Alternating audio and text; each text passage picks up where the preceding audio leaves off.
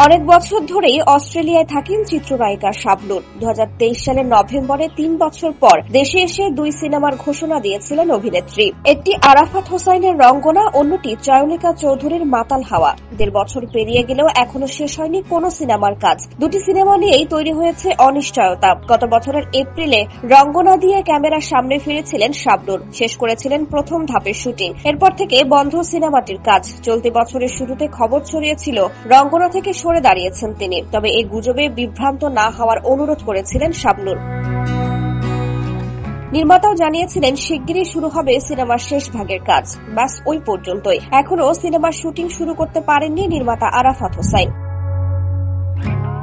এ মাসের শুরুতে একদিনের জন্য দেশে এসেছিলেন শাবনূর। অসুস্থ মাকে অস্ট্রেলিয়ায় নিয়ে যেতেই হুট করে এসেছিলেন, তবে সিনেমা নিয়ে কোনো আপডেট জানাননি। এদিকে রঙ্গনা নিয়ে নির্মাতা আরাফাত হোসাইনের সঙ্গে যোগাযোগ করলে প্রতিবারই আসার কথা শোনান, তবে ঠিক কবে নাগাদ শেষ হবে শুটিং সেই উত্তর নেই তার কাছে। সিনেমাটির ভবিষ্যৎ অনিশ্চিত কিনা প্রশ্ন উঠলেই নির্মাতা জবাব দেন, কোনো একটি চক্র ইচ্ছা করেই গুজব ছড়াচ্ছে। এদিকে মাতাল হাওয়া নিয়েও কোনো আশার কথা শোনাতে পারেননি নির্মাতা চয়নিকা চৌধুরী। ঘোষণা করার সময় তিনি জানিয়েছিলেন কোনো তাড়াহুড়ো নেই তার, সময় লাগলেও একটি ভালো কাজ উপহার দিতে চান। 1.5 বছর পরেও সেখানেই আটকে আছেন তিনি। নতুন করে জানালেন শাবনূরকে তার মতো সম্মান দিয়েই পর্দায় আনবেন তিনি, নয়তো সিনেমাটি করবেন না।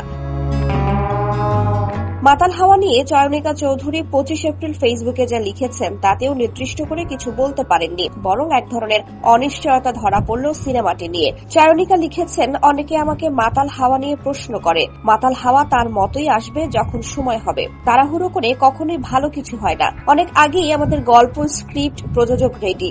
সিনেমাটি হলে যাবার আগে কোনো ক্লিপ, ছবি, লুক কেউ দেখতে পাবে না। এমন কিছু কখনো করব না যা দেখে দর্শক হাসেন, সমালোচনা করেন, ট্রল করেন। যদি সব ঠিক থাকে তবেই শাবনূরকে তার মতো সম্মান দিয়ে স্ক্রিনে আনবো, নয়তো নয়। চয়নিকা চৌধুরী আরো জানান, মাতাল হাওয়ার আগে সখা দ্য সোলমেট নামের সিনেমার কাজ করবেন তিনি, তবে এতে কারা অভিনয় করবেন তা জানাননি নির্মাতা।